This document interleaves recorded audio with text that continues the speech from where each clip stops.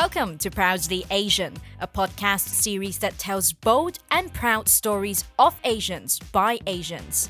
I'm Isabel Wong, a financial journalist who wants to uncover the many Asian stories around us that are waiting to be told. There's never just one way to look at Asians. This podcast will take you through a deep dive into the life stories, struggles, and triumphs of young Asians around the world.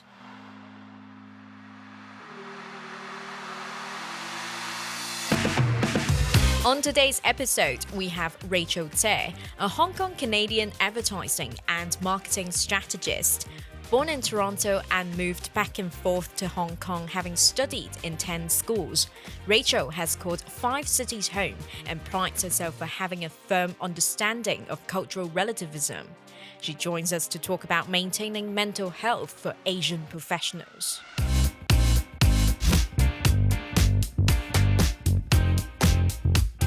Welcome back to Proudly Asian. Now, to mark the occasion of Mental Health Day in October, we are releasing special episodes about mental health in the Asian context. So in this episode, we are focusing on burnout and workplace cultures, and with a Halloween twist. So to find out what it is, make sure you stick around until the end to find out what we have prepared for you. And just for full disclosure, we are by no means mental health experts, nor are we medical professionals. So you won't be getting any professional mental health or medical advice in this episode, but we are definitely strong believers of verbalizing our feelings, our emotions, about our reality and talking it out. So it's okay to talk. And the first step to improving mental health does not always have to be rocket science. So let's bring in our guest. Welcome to Proudly Asian, Rachel. How are you? Thank you, Isabel. I think this is our little therapy session where we don't even have to pay. So we save $1,000 in Hong Kong as mental health is so expensive here. And I feel like mental health is shunned upon and it's very ridiculous. Definitely, and I hope this is going to be a therapeutic and healing therapy session for our listeners as well, because sometimes it's actually very therapeutic by listening to people talking about the truth that they don't dare to talk about. Yes. So, I mean, one of the reasons why I brought in Rachel for this episode is because I have this genuine appreciation for your directness, which I know is not embraced by everyone. And your willingness to speak the truth about the surroundings and the environment that you're in. And I think it's something that people don't do enough.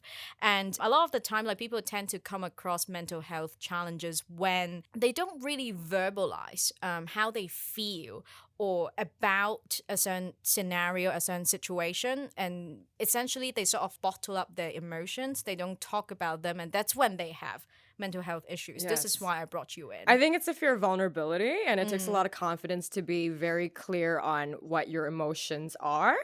And a lot of the times in Asia, we just we need to keep this face, right? So face meaning we need to keep this optics image, the perfectionist image that we don't fail. We're the top students. We've been to the best schools, and we're just so scared of letting go of that perfect image. So yeah, definitely in the Asian context, I think especially speaking up or being direct aren't always appreciated, which is still something that's a bit beyond me, because I always value it when people are clear or precise about what they like or what they don't like. But I think one constant cultural shock for me is still that directness is not always very much appreciated in Asian work cultures or workplaces. Work culture, and I think it's how we've been brought up with Asian parents, right? It's very top down, it's very Confucianist mindset, it's very respect your elders.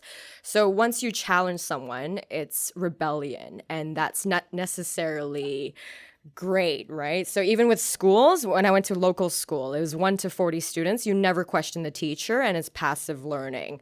And I think that's the biggest issue with Asia right now is it's very much one-sided. It's not a two-way dialogue compared to growing up in Canada where it's very two-sided. There's open debates, open group collaborations, and yeah, it's just very interesting to see both sides.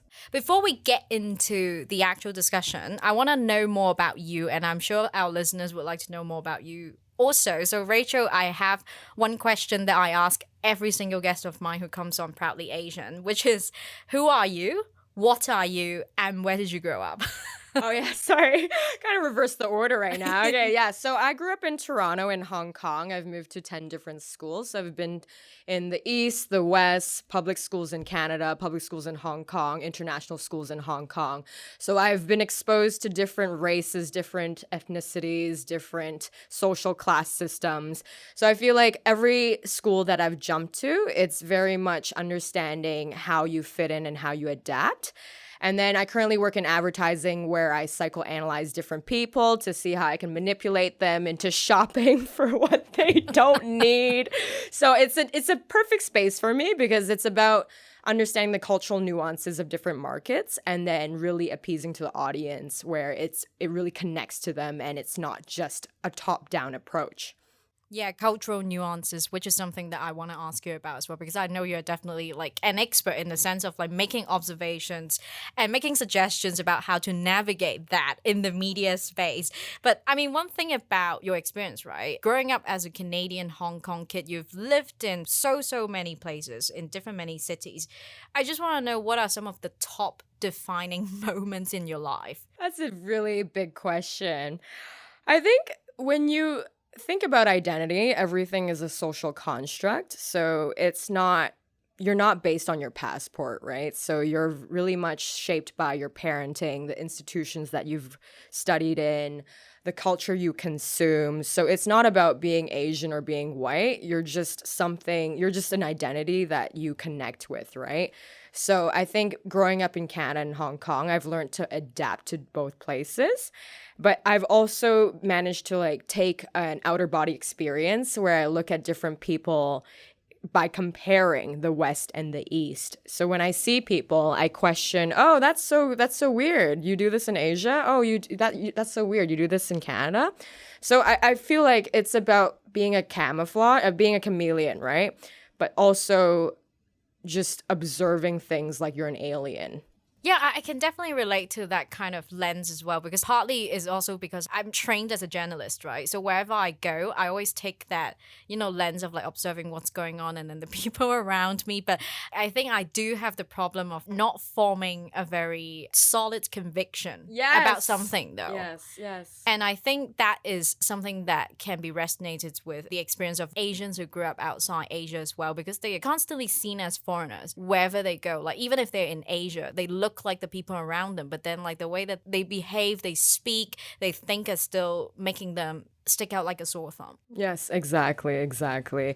We are never blending into both sides. And I think that affects our mental health. So, yeah. Which goes back to the point of the podcast. Yeah, because we always have to create that space to allow different cultures, different ideologies, different viewpoints to come in. Yeah. Because we're constantly trying to adapt. Yeah. So yeah, what you just pointed out is definitely, I think, for people, how should I group them? Like Asian diaspora? Yeah, what is this? Is this like third culture kid or what is this? I don't even know. It's a different mental health space also.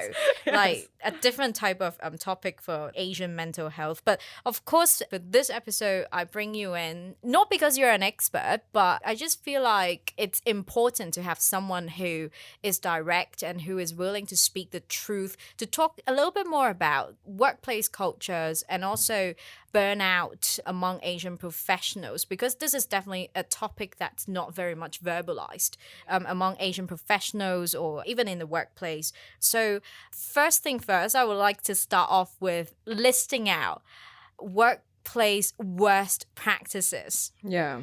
And then we're going to work our way through to maybe potentially, hopefully we can discuss some solutions. But I mean, obviously we don't have solutions for all of these. Yeah. But I think, like I mentioned earlier in the episode, like talking it out is very important. So our listeners, if like these experiences, these worst practices resonate with you, feel free to send us a DM and tell us about your own experiences or how you resonate with all these that we're about to mention. But let me go first. Okay.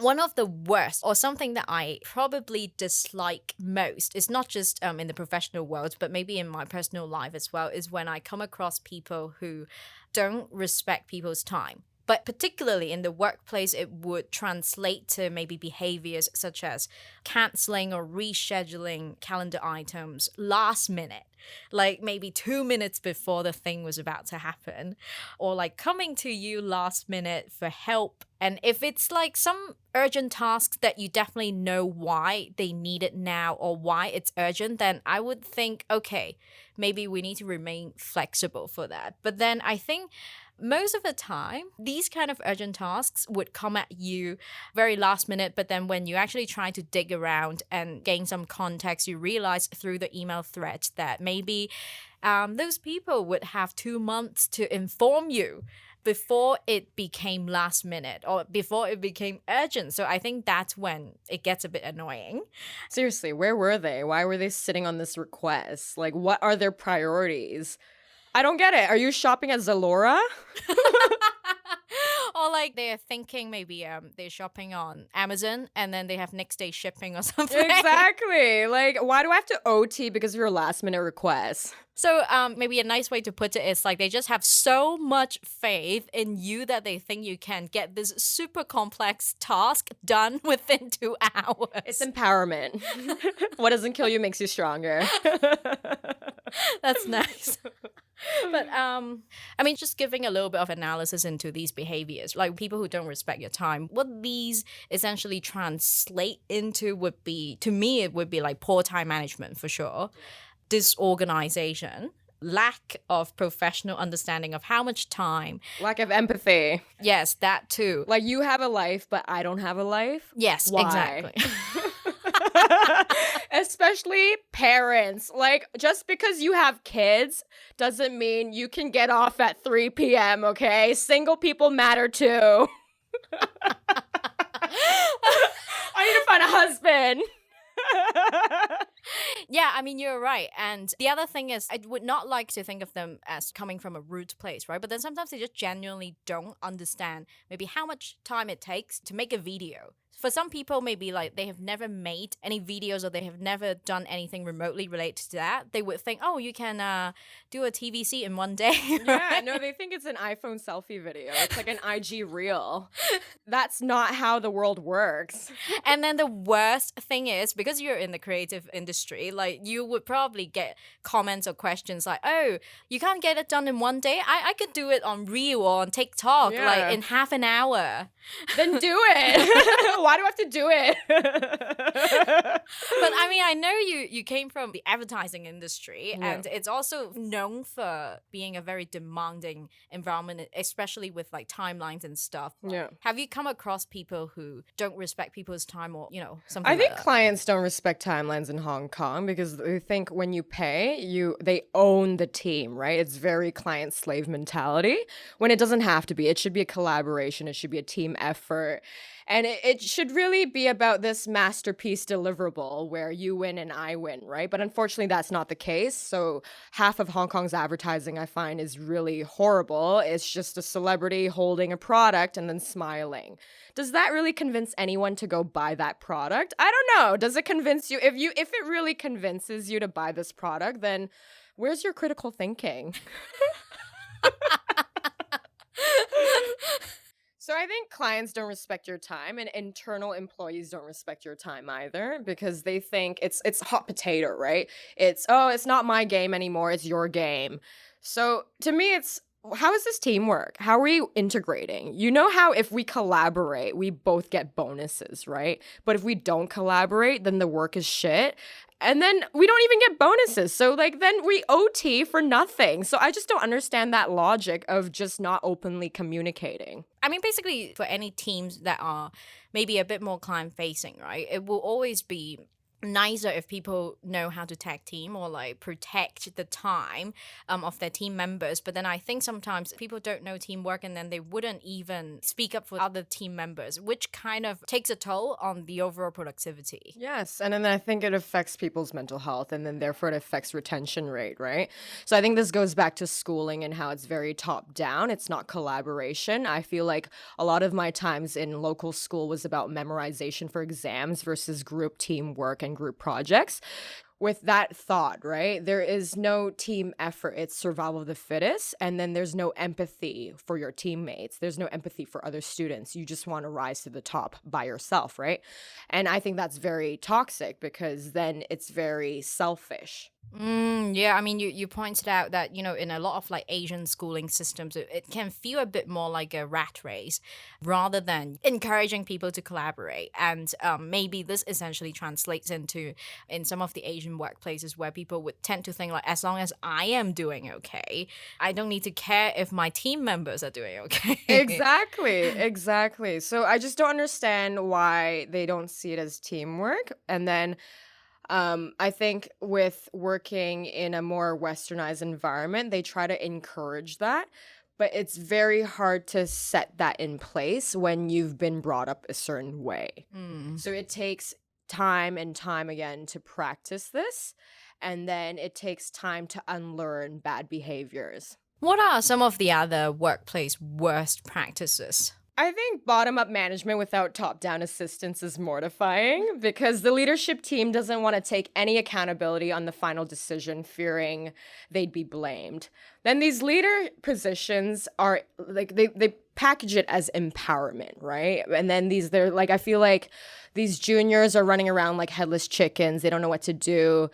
And then there's no assistance from up top. So why? Why is it like that, right? And then, because I feel like it's children having to raise themselves versus parenting. And I think it takes both ways, right? You have to have that feedback loop to learn.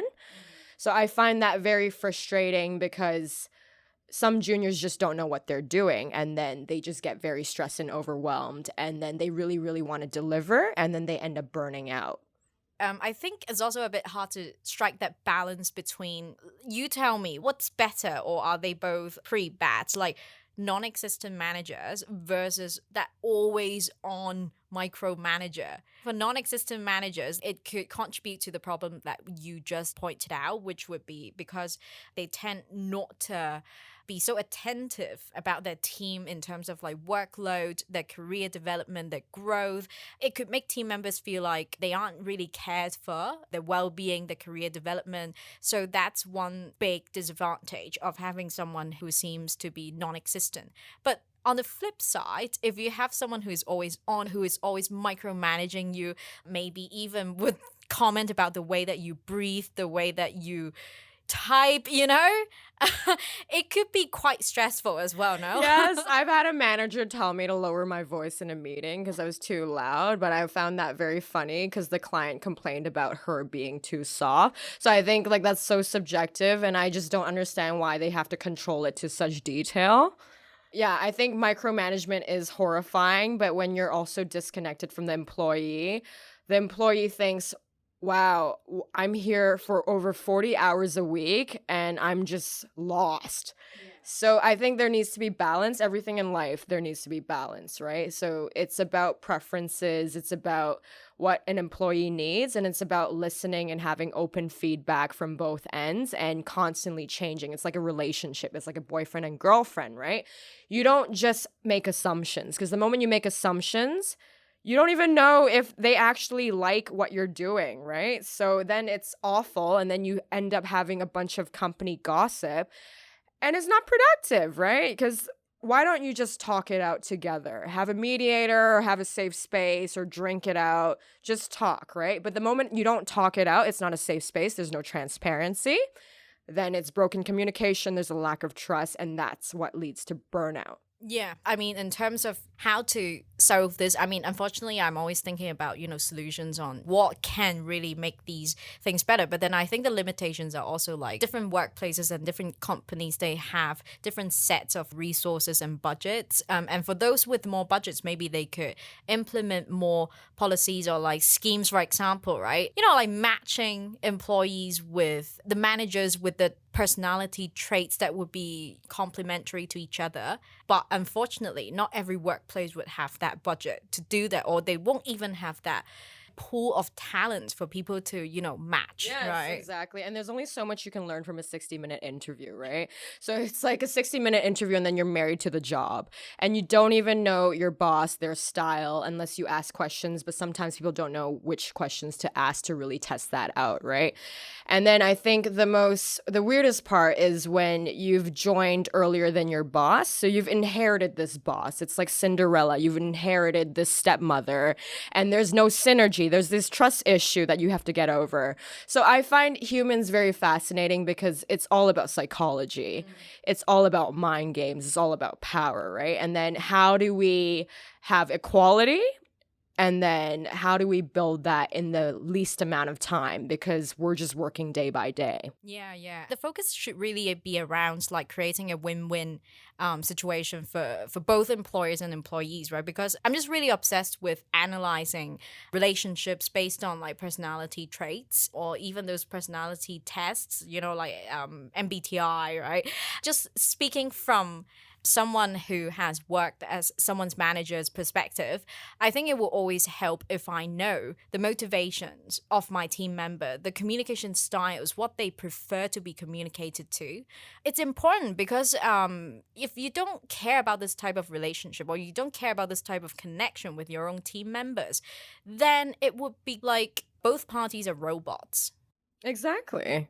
They're just like, there's no synergy, right? And do you really want to marry someone? I mean, I'm using this analogy. I'm not telling you to marry your boss, right? But do you really want to be with someone for more than 40 hours where it's a transaction, right? And then there is no faith in this relationship. And why? Why are you choosing to build this relationship like that? Because in the end of the day, you're building this proposal. You're trying to win this business together. You're trying to get the bonus together. Why would you want to make it as a transaction versus truly collaborating? Other workplace worst practices. Yeah, I have a few more observations based on conversations I've had with other people about their workplaces, right? The other thing is maybe a colleague or colleagues who like ghosting. It goes back to maybe not respecting people's time, like where, if you have a project or if you have a task that really depends on the input of a certain colleagues, but then they don't reply days on end and you end up spending most of your workday chasing them, then that's kind of wasting people's time. And it's also taking a toll on the overall productivity because the energy and time are spent, on the wrong person in the wrong place. I call it the ghoster coaster because these people are just coasting through their jobs. They don't have KPIs, so they can afford ghosting, right? And I think this goes back to leadership. It's the issue of leadership where they don't value the people who are working and then they keep those who don't work. And it's just such a disrespect on time. It's such a disrespect on employees because you're giving them, why do you accept this behavior? I just don't understand that. Mm-hmm. Yeah. And follow up on that is I've heard there are some colleagues who are lazy or don't like to do the work, but they are super friendly to everyone. So like everyone just feels a bit bad for calling them out for not really working hard. But then I think the worst part is maybe some of these people also want their credit when it's about time to, but then they haven't really shared any input. So Exactly.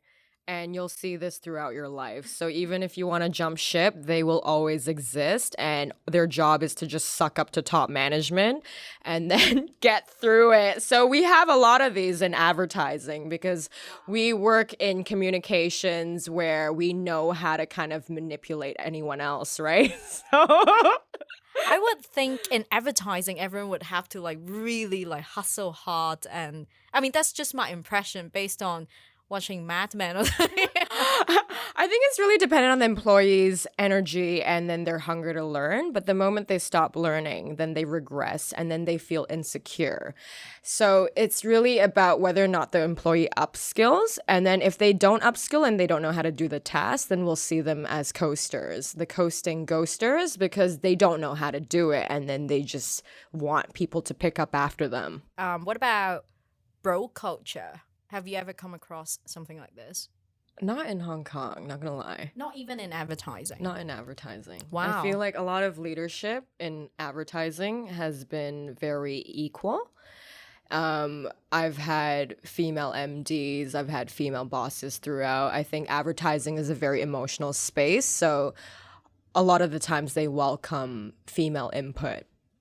Right, because my inspiration actually comes from recently watching this Netflix show called Partner Track, which highlights the story around the legal sector in the US and New York, which is a very cutthroat environment. And I think during one of the company annual dinners, there was this scene that was showing a bunch of white male lawyers sharing banter and helping each other out.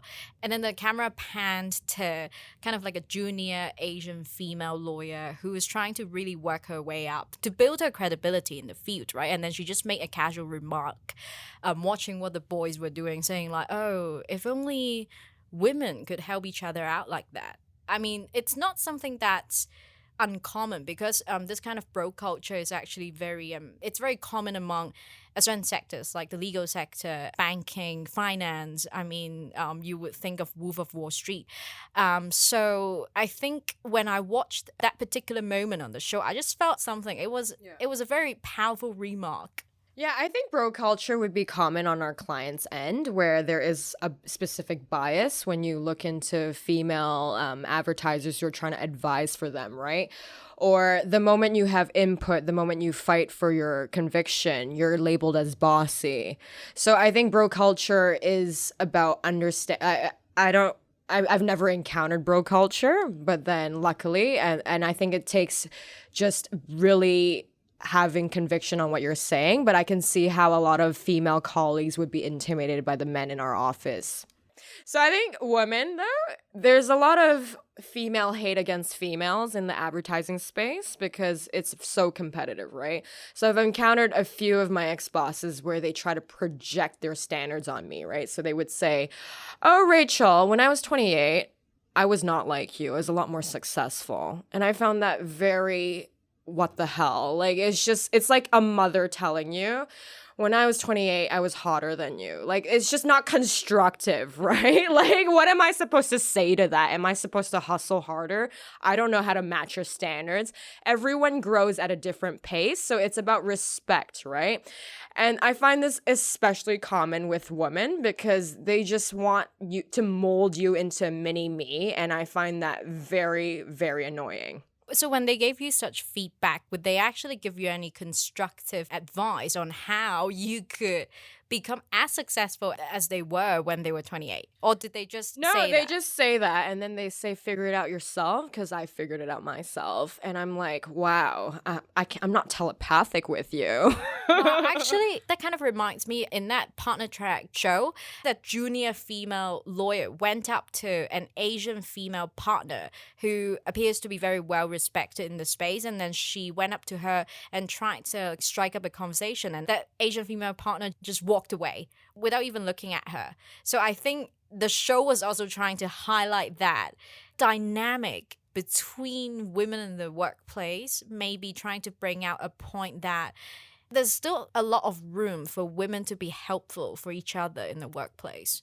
There's room for everyone to win. So I don't understand this competitive element of being, oh, I'm campaign Asia 40 under 40. Like, okay, I mean, like, you've built your PR, like, you've like networked around to have that award, but do you truly deserve it, right? So I think there's a lot of competition in this space, in this advertising space, where we are always against each other, and I just don't understand why it has to be. I think everyone can win together. We uplift each other up. And as these mentors should be inspiring the future generation rather than projecting how they see success. Yeah, and moving on, I would like to zoom in on the discussion around more like maintaining mental health for Asian professionals, because obviously, as we have talked about early in the show, that mental health is not something that Asian professionals usually would talk about, or they don't dare to talk about because they worry about the consequences around openly discussing their mental health with their colleagues in the workplace. There are more workplaces popping up saying or pledging that they care about the well-being and mental health of their employees, right? But then I still think from a lot of Asian professionals that I've talked to, they still worry about stigmatization. If they actually become the first one to talk about mental health in the workplace, would they be seen as the troublemaker, or would they be labeled as the crazy person? So Rachel, you have worked in many different locations, different cities, and you have lived in different countries. I want to first understand from your observation how different workplaces are constructed in different cultural backgrounds and settings. What are some of your key observations in the sense of differences? I think collectivism is largely shaped by Confucianism, and it's all about shame versus individualism is about guilt. So shame is about the fear of shaming your family, whereas guilt is it's very personal.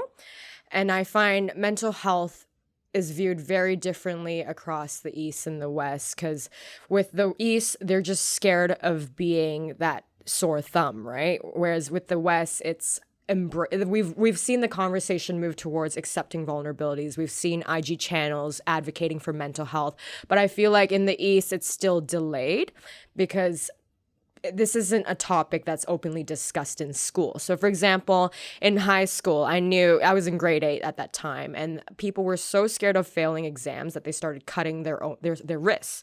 And then they'd use their watches to cover their cut marks. I knew this chick who actually cut her own boobs, and then she posted it on a blog. So it's this repression in Asia. And it's just very sad because they can just talk, but they don't know who to talk to. And it's about being confident in saying that it's okay to be not okay.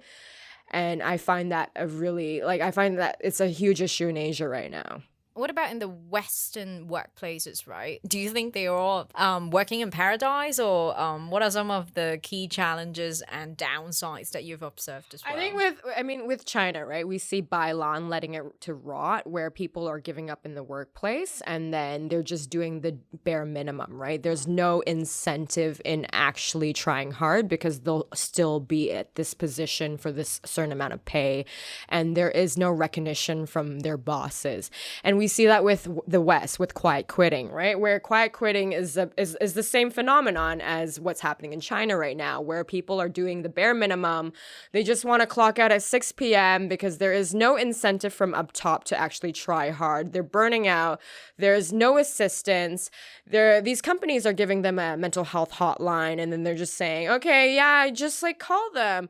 What the hell? This company is giving me mental health issues. Why the would I call the hotline when you should be helping me as the company? You're creating my mental health issues.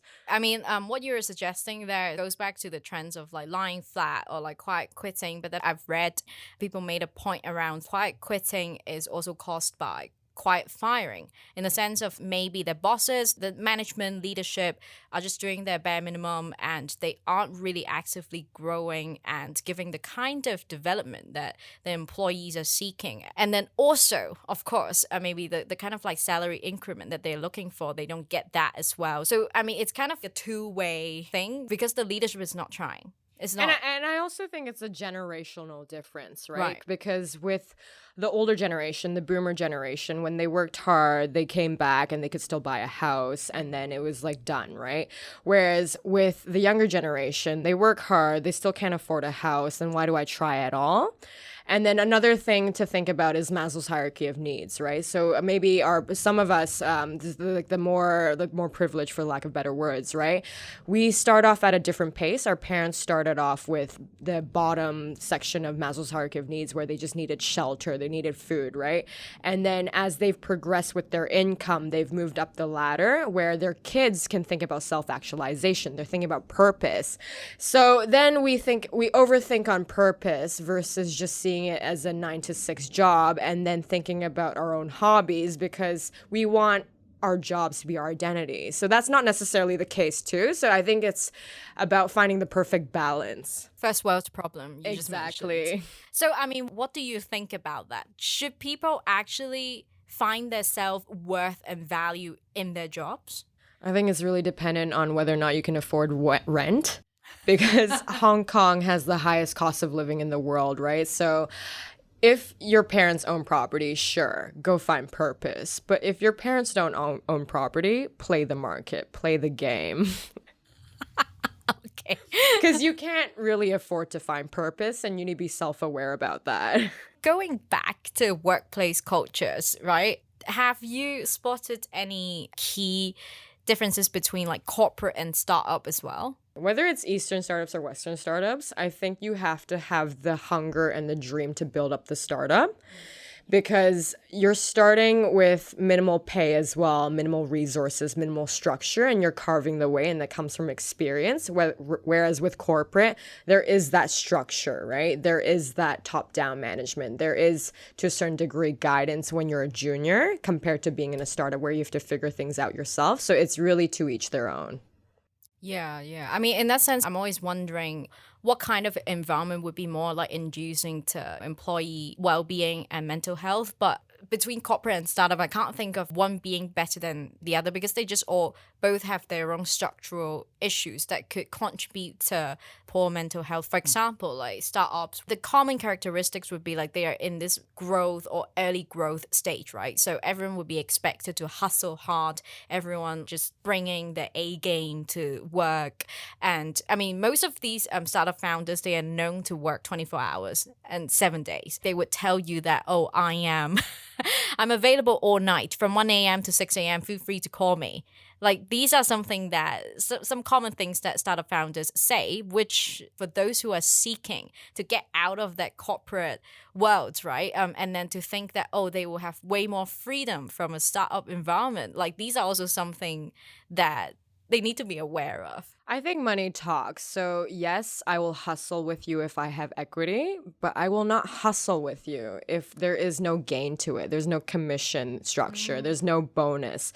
So you can't expect someone to build your dream with minimal like remuneration, right? So I think it's easy to say, okay, yes, I want this job to build my portfolio so my CV looks better. But at the same time, you have to think about the balance, whether your body can take it. And I think it's very dependent on each person and whether they can actually fund it, right? So say you're paid 15,000 Hong Kong a month.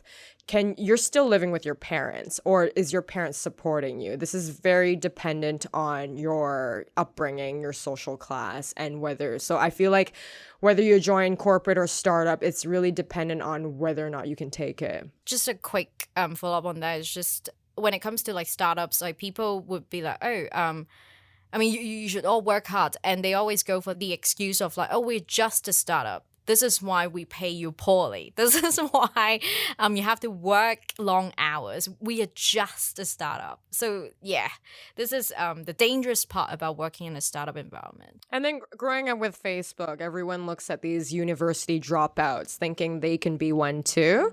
And not everyone can be like that, right? You have to think about their resources, their network. So you can't just impulsively drop out of university expecting that you can be the next success story without a thorough plan. Going back to the topic of burnout, we have talked a lot about the potential factors that could contribute to this, but I'm just wondering if you have any thoughts in the sense of any key reasons why Asians around the world, I mean, of course, not all of them, tend to have a higher tendency of experiencing burnout. Why do you think that is? I think it's going back to our point earlier on how just there is a lack of synergy between your line manager and you, and then the alignment with the company purpose, the values, the lack of transparency. Working with a lot of Asians, you're just working. You're just clocking in and clocking out versus seeing the whole picture. And they don't actually question the whole picture because they just feel like, oh, I need to have a checkbox. I need a job after I graduate. And then they just fall into it, and then they're scared about job security because, like I said before, Hong Kong has the highest cost of living in the world, right? And then there's that fear of proving yourself because your Asian tiger mom is hustling you from the moment you're born. You have to learn piano, you have to learn a sport just to get into a good school. So it's all about, I think burnout is very easy, common with immigrant children, and even with like local Asians, because there's this need to fulfill expectations. And the other factor that contributes to that is, I think for most Asians, I would not like to generalize here, but then I think for a lot of us, at least speaking from my experience, the people that I've come across, or even myself, I find the idea of saying no to protect my own mental health is actually quite scary sometimes. I think a lot of people would generally associate saying yes as a positive thing, and saying no is negative, is someone being selfish. I think it also goes back to like what we have learned from our Asian parents as well. Exactly. I think it's because you're a people pleaser. You want to maintain the harmony in your family, therefore you want to maintain the harmony in the workplace. Whereas I just say no, I reject, and I just make a fuss, because to me, I want you to respect my time. I want you to respect me. I will respect you. It will reciprocate, right? So if I say yes all the time, that means it's an entry for you to step all over me. And then I think it's important for people to learn how to say no. Because why should you OT because of someone else's mistake? Sorry, with OT, I mean overtime. Eventually, I've also come to the realization where I can't always be the nice person who says yes, and why I should say no more. That realization was that if I don't say no more, it will take a toll on my mental health. It will mean I will be so burnt out. It will mean I will be so exhausted that I will lose time and passion to do something else in life. And when I think about that, I'm like, I don't want to be like that. And that's what motivating me to assess different requests, not just at work, but from my friends, from family members. So, I mean, definitely it's a muscle that we need to train in the sense of saying no in general, like in the workplace, in the family, or in our friend circle. Yeah, no, I mean, going back to the earlier point, right? I think you say yes because you want to prove yourself. You don't want to disappoint. You want to prove yourself to the team, right?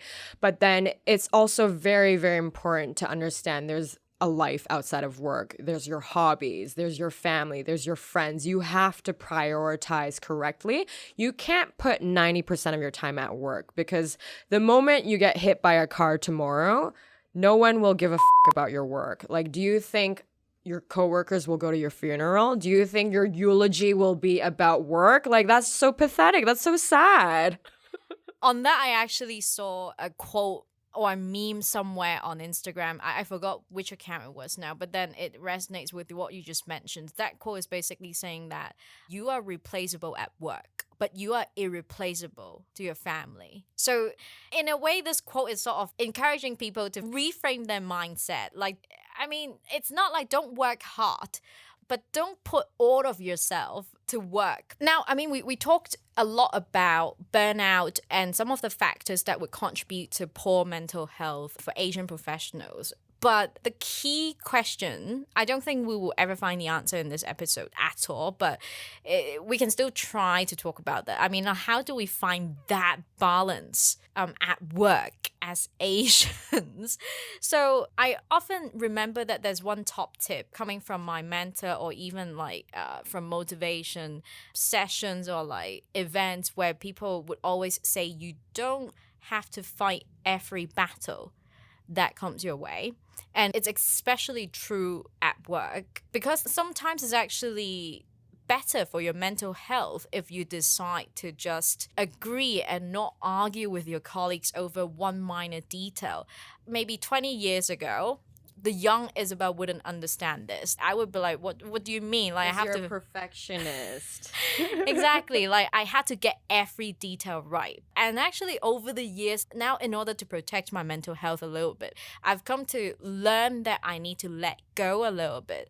But I mean, Rachel, I know on your bio, you made a very interesting statement.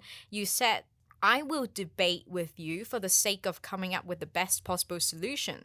I'm not going to settle for a half-baked idea unless my boss tells me to shut up because of our timeline. I like to push boundaries, but I'm also mindful of the harmony needed to empower everyone to come to a consensus. Tell us more. Yeah, because I think working in Asia, a lot of the times I walk into meetings where it's completely silent. No one drives the meeting and then it goes nowhere, right? So I feel like we need to learn how to have open conversations to improve on a project. And that's why, for me, I would always start a debate where, what do you think? This is how I think. And then, okay, we can agree to disagree, and then we can agree on certain points, and then we just learn and reiterate and then improve on the final output, right? I feel like a lot of the times, because Asia's so top down, there is no room for feedback. Therefore, there's no room for discussions. And so my job in a lot of different agencies is integration. So it's the importance of understanding different stakeholders to get to a final consensus. But at the same time, you don't have to fight every single battle because you get exhausted, right? You become this control freak, you become this enemy, and then everyone will hate you at the office, and then people don't become collaborative, and then it affects your mental health because nothing seems to go through. So there needs to be a balance on being passionate about the project and being empathetic over different people, right? So I was reading this book the other day, and it talked about empathy on 3 different levels. There's cognitive empathy, where you can understand how the other person feels. There's emotional empathy, where you can feel how the other person feels. And then there's compassion, where you can feel how the other person feels and you know how to reciprocate.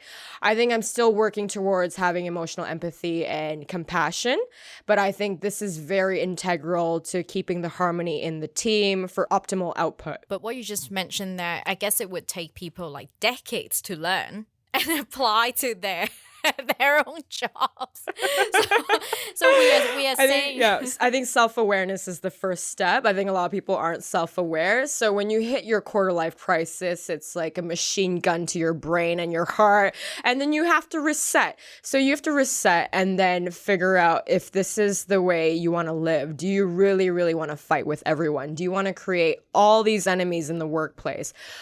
No one wants to have enemies, right? So it's about keeping that harmony and understanding what to fight. Don't be so extreme, finding that balance. You know, based on my own personal experience, when you eventually get to a place in your career where you are not just across one micro task within a work stream, you're like across multiple work streams or projects, right? Yeah, I've definitely learned that like maybe not every micro detail deserves 100% of my attention. Like, you don't have to do all these micro details right. Otherwise, you would probably need 100 hours a day. Exactly. And we work in marketing. We're not performing open heart surgery. So there are different ways to approach a project. There's no one right way. And we have to open this conversation to open this conversation to different opinions, right? Different opinions, different walks of life. And ultimately, marketing is so subjective. It's not like how you perform open heart surgery. Yeah, and to your point of open heart surgery, like surgeons, they also work on one heart at a time. They don't work on multiple hearts. It's not like, here's some time, yes. I know. Okay, this is a very philosophical question. Do you think at this point, like, it's actually possible to find happiness at work? I think happiness is inner peace. So whether your happiness comes from putting food on the table, whether your happiness comes from industry awards, or whether your happiness comes from recognition from your boss, I think, or happiness could be about building your team, right? So there are so many different forms of happiness, and we don't have to compare or compete with anyone on how they define happiness, right? Some people might define happiness in terms of money, but not everyone is like that. So it's on us to figure out what brings us happiness. That applies to the concept of success as well, because a lot of people actually fall victim for chasing that ideal definition of happiness and success in life, that eventually they become lost souls in a sense, where they are just doing something that they don't even know why they're doing. And I guess my definition of happiness would be when you're in a place or when you're in a moment, when you're with whoever you are with, in that moment, you don't wish that you were elsewhere. That's happiness to me. But what you just mentioned is right as well. It's based on what life stage you're in as well. Like the definition to happiness could change all the time. And if it changes, it's okay too. For sure. And I think it's on the person to really constantly evaluate on whether they're happy or not in the workplace. Because when you're always venting about the same issues, then you're clearly unhappy and you're not in jail. So you're free to change your predicament. And you have to think about whether this is the right culture for you, whether this is the right industry for you. Because I've seen lawyers, I have some lawyer friends where they're so unhappy with their job that they fill their void with Hermes, but then they're complaining every day. So is that truly happiness? Is it really worth it? Is it really worth it to have a mansion and be depressed? That's a question for each person to question themselves. Yeah, sorry. And of course, there are the factors they have to weigh in. If the families depend on them, of course, but I still think that every day you have the choice of doing something, a little something, even micro or even smaller than micro something to improve on your mental health. Yeah. So the most important thing is like, don't give up on your mental health. And as long as you don't give up, there are always things that you could try out. Even as simple as changing up your morning routine, getting a different type of coffee and see how your mood reacts to it. Sometimes it's like small steps. It's not as huge as completely quitting a job or like changing industries. No, exactly. And I think it's very important to actually take breaks. Don't just work overtime for the sake of success, right? You need a break. You need to listen to your body. You need to go to the gym to reset. You need to meditate. I think it's just having a mental space for yourself to reset and think and recalibrate, because there's a lot of the times in marketing we're in such a high stress situation, we're in such a high pace environment that we have no time to breathe or think for ourselves. And I think it's very important to actually think for ourselves. Now, based on your expertise in marketing and advertising, right, we would generally see some companies and big brands would be known for, let's say, being the best place to work. And they would get awarded for that. They would get titles and recognition like that. But based on my understanding about marketing and advertising is that sometimes it also means that they just have the budget to write the award entries, to market themselves in that space. So I want to get your expertise, your professional opinions on like, does a good workplace culture even exist, or are good companies just those that really have the resources to market themselves in employee well-being as well as maybe paying for some employee well-being initiatives? I've been in companies where I've had to pay for coffee every morning, and I've been in companies where coffee is free, right? So free coffee is always better than no coffee at all. Therefore, I think companies who pay for these well-being initiatives, kudos to them. Better than nothing, right? But we have to go back to caring. Do line managers truly care about the growth of the employee? Like, I don't think about the whole company as a whole. Like, I don't think about the company as a whole. I just think about the people. Are they there with good intentions, or are they there to care for you, or are they there to empower you for your growth? I think this is very, very important to me, because it doesn't matter if you're the largest company in the world for this specific industry.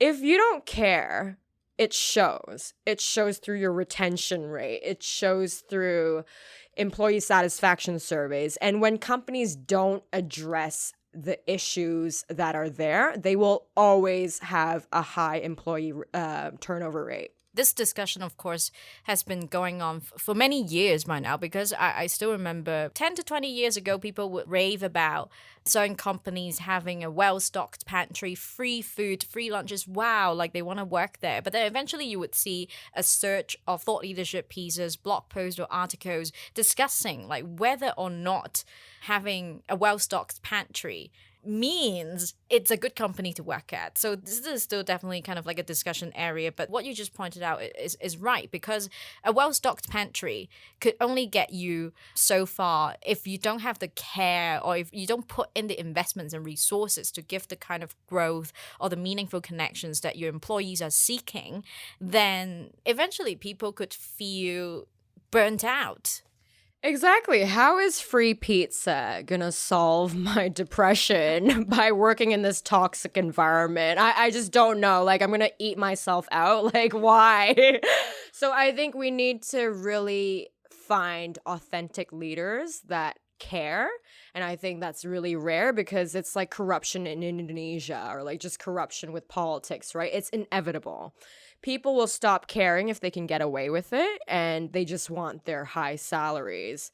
They will not care about the bottom line because they just want them to execute. And it's very important for us to be self-aware as we climb up the corporate ladder to actually care, because we know how we felt as juniors. We know how shitty it was, and it's on us to change that, or else it's going to be intergenerational trauma.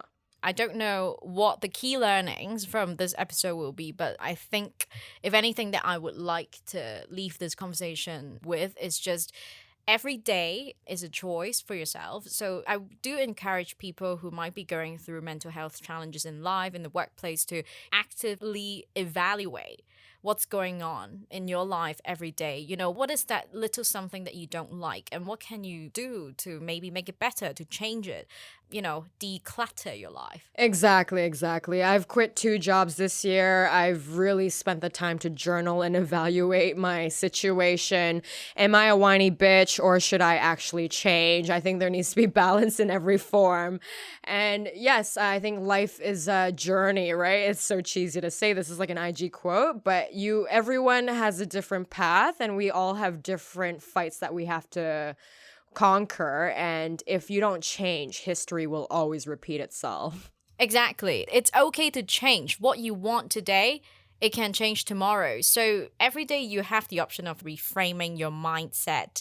And also, definitely, when you're feeling very mentally challenged, seek help if possible. Talk to friends who care about you. Talk to anyone. You can't always walk yourself out of darkness and confusion by yourself all the time. We all need a cheerleader in our lives. We can't just read self-help books.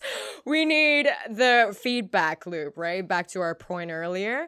We need support. Humans are social beings. Talk it out. Don't kill yourself. It's not worth it to kill yourself for a job.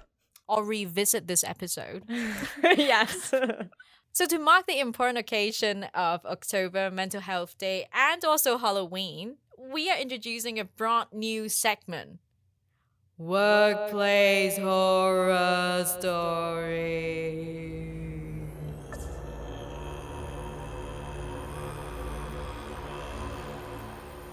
In this segment, both Rachel and I have prepared a piece of workplace horror story that do not involve any ghosts. And both of us have no idea what we are going to share before this. What we need you, our listeners, to do is to be the judge and let us know which story you think is scarier. DM us or tell us in the comment section on our social media posts for this episode. Or if you have scarier stories, feel free to share with us.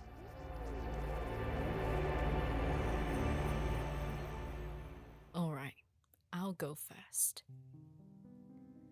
Once upon a time, on the very merry day of Christmas, a team of 5 hard-working workers has to work through the Christmas day.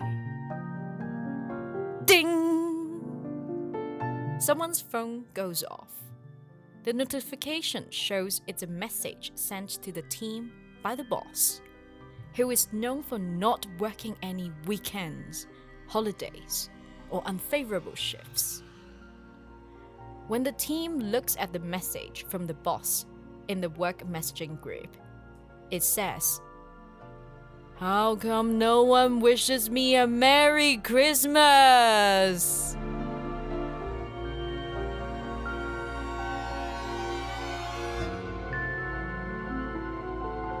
Oh my God, do I need a slow reading as well? That was so scary.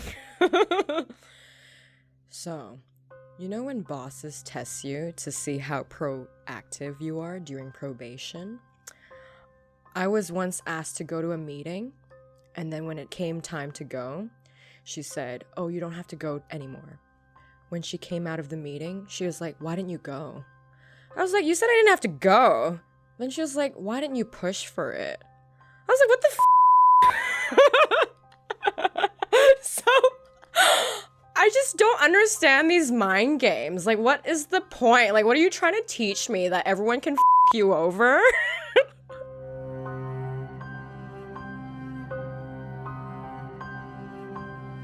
I like how you just broke your horror story voice. And that concludes our workplace horror stories segment.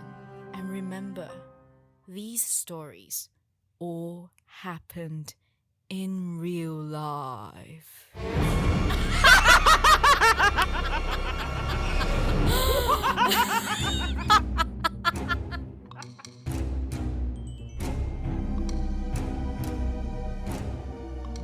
Happy Halloween, everyone. Just remember that everyone is up and cover your own ass, and like always have email to cover your proof points, right? Have everything in black and white and treat everything like you're gonna get sued anytime.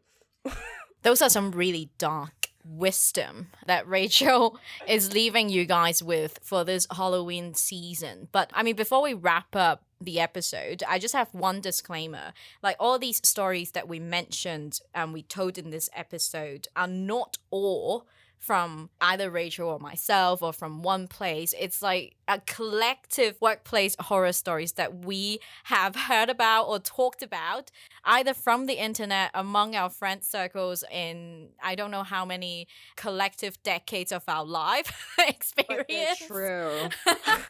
I just want to say all of these stories are true, and it's scary, and what doesn't kill you makes you stronger. Listen to some Kelly Clarkson is very important, and you need to have some hype music, some hype people around you to support you, because life is tough, okay? It's not all rainbows and butterflies. You need to figure out who your core group is, where your hobbies are, what kind of hobbies you have, and where are your happy places, whether it's the beach, whether it's home with your boyfriend, whether it's a hike. Find an escape from all the cynicism. It's true. And remember, it's okay to have hobbies outside of work. Your work does not have to define you and does not have to be all of you. So these are some of the unprofessional, unsolicited advice that we have on maintaining mental health for all Asian professionals who are listening to this episode. When we live until we're 83, we'll reflect on these days and we'll just laugh and cringe about it. But we will have so much wisdom in our lives where nothing will kill us or nothing will faze us. Or when we are 83, we will come back and share with you guys again whether or not these advice actually worked. So stay tuned. Yes. Thanks for coming on Proudly Asian, Rachel. Thank you, Isabel, for hosting, being a wonderful host. And it's been a great time. And I think this is a very important topic because mental health is the key to holistic wellness.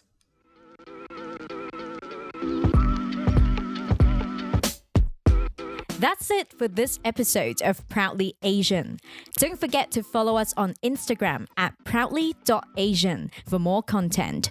We are on Spotify, Apple Podcasts, and YouTube. Leave us a 5-star review on wherever you get your podcasts. Thanks for tuning in and signing off for now. I'm Isabel Wong.